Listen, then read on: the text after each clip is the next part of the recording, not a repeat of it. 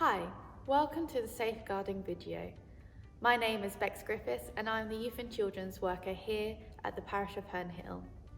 Today we are going to be talking about how we make sure that children, young people, families and vulnerable adults are safe within this parish. We will also be hearing from our safeguarding officers Jenny Brindley and Lucy Williams. Right now though, I want to talk about how we keep our families, children and young people safe specifically in this parish. We do that by doing consent forms. So if you haven't received a link already via Church Suite, please do let me know on 07528 789931 or through my email bex@hernehillparish.org.uk and we can get that link sent to you. We also ask that everyone in this church logs on to Church Suite. You can see that now by going onto the parish website. You click onto the sign-up sheet and you fill in your details. After that, if you do have a child, please do press the Add Child button and fill out their details there. This is vital for our ministry work so that we are able to make sure that we do or don't take photos of your children, and we make sure that we keep their medical details safe. So if we ever do a meal or baking in our children's church and youth groups, that we can make sure we don't use some of the ingredients if your child is allergic. We also do training classes for leaders and helpers. We do that for children's church and our youth groups. But we'll hear more about that by Lucy. If you have any questions or concerns about our children's, youth or families ministries, please do not hesitate to get in contact. You can come find me on a Sunday service, you can text, phone call or email me, and I'd be really happy to answer them. We're now going to hear from Jenny Brindley. Hello, I'm going to talk a bit about what is safeguarding. So it is very much like a picture of a person or child surrounded by care and safety. It's about promoting the welfare of children and also vulnerable adults and protecting them from harm of any kind. Why is it good for us to learn more? Well, it is really important that each of us plays our part in being the eyes and ears to make sure that safety is of prime importance. It's good to learn more because God cares for each and every one of us. And as a faith-based organisation, we also have a legal obligation to safeguard and protect children, young people and vulnerable adults. We're an open community. We want people to feel welcome and we want anyone to feel that they can be a part of the church. But that can make us vulnerable to people who seek to harm others. And it's important to find out more, because the more aware we are, the more it reduces the risk of people being hurt, which can have such significant impact on the rest of their lives. So we've got a few quiz questions for you, just to guide your thinking. Maybe you'll learn a bit. Firstly, whose responsibility is safeguarding in the church? Well, you may think that it's particular people. You may think it's the PCC or parochial church council. You may think it's the youth worker, or perhaps that it's the incumbent and the church leadership team. But in fact, it's everyone. That's you and me, everybody. What about these statements? Who do you think might be an abuser? Well, could it be somebody who has a normal family life? Could it be just men but not women? Or is it really that children lie about abuse? Well, the truth is that actually you can't see by looking at someone whether they're going to be somebody who abuses others.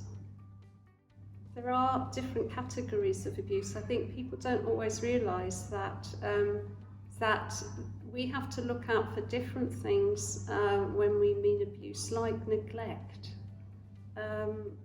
Also, we tend to be aware of physical abuse and sexual abuse, but there's one more of these that is actually a recognised category of abuse. So that's emotional abuse. Sometimes we might see signs on somebody, like bruises on a child, and we don't know, are those ones that could have happened by accident?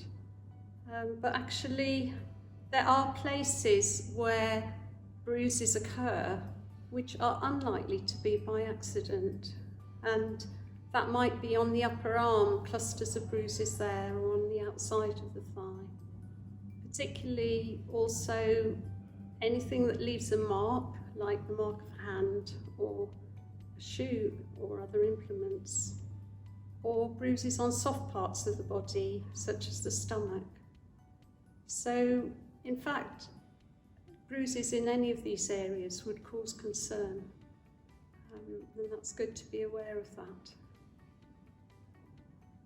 I think that to give us confidence to share information and concerns, it's really good that we know that everything that we share with the parish safeguarding officer will be treated with the utmost confidentiality. The only time when we absolutely have to share something is when there is a child or person at risk. But as a rule, and then we would talk to the diocesan safeguarding officer about that, and we would have to share our concerns with the incumbent.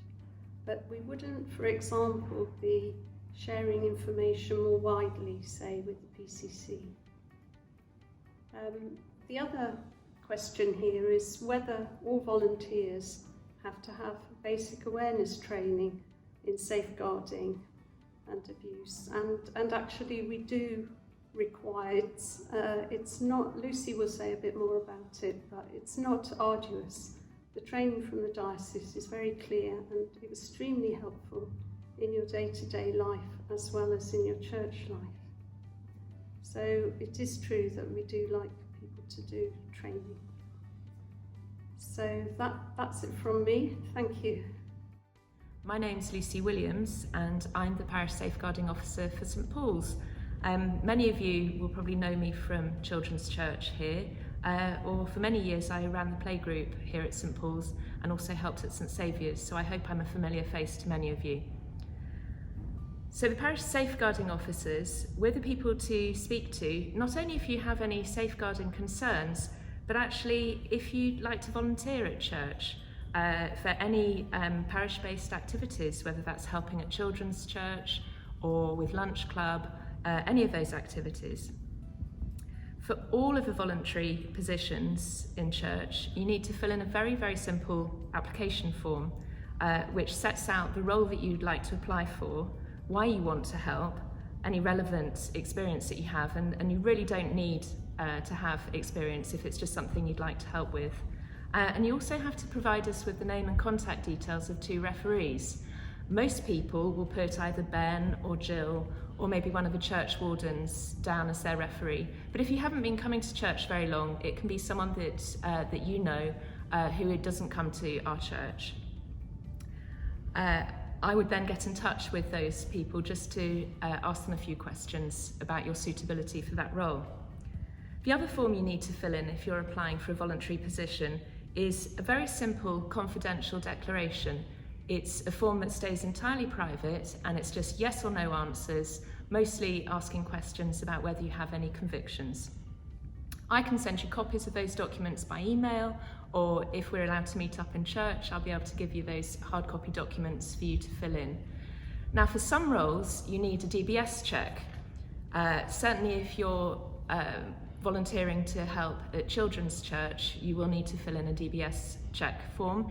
It's again a very, very simple form to do. It's done online. I will send you a link to to the website and give you an application number. You fill in the form, and I'm then contacted, and I have to then see you and collect ID documents from you, things like your passport or driving license, things like that. And once I can confirm online that you are who you say you are, that all gets sent off to the DBS checking people, and we then get a confirmation through that everything's fine, and you will get your DBS certificate. And once you have that, you're ready to go and you're ready to volunteer for your chosen position. The other very important part of role as safeguarding officer is to make sure that everyone who volunteers in church has adequate safeguarding training. Now, of course, at the moment, all of that training is online. It's provided by the diocese. It's extremely good, very easy to do. And if you're interested in doing any of that training, do speak to me or Jenny, and we can send the links to you.